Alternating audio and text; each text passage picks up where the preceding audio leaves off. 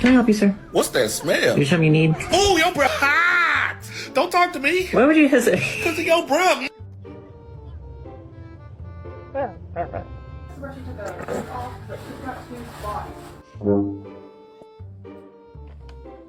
What are you doing?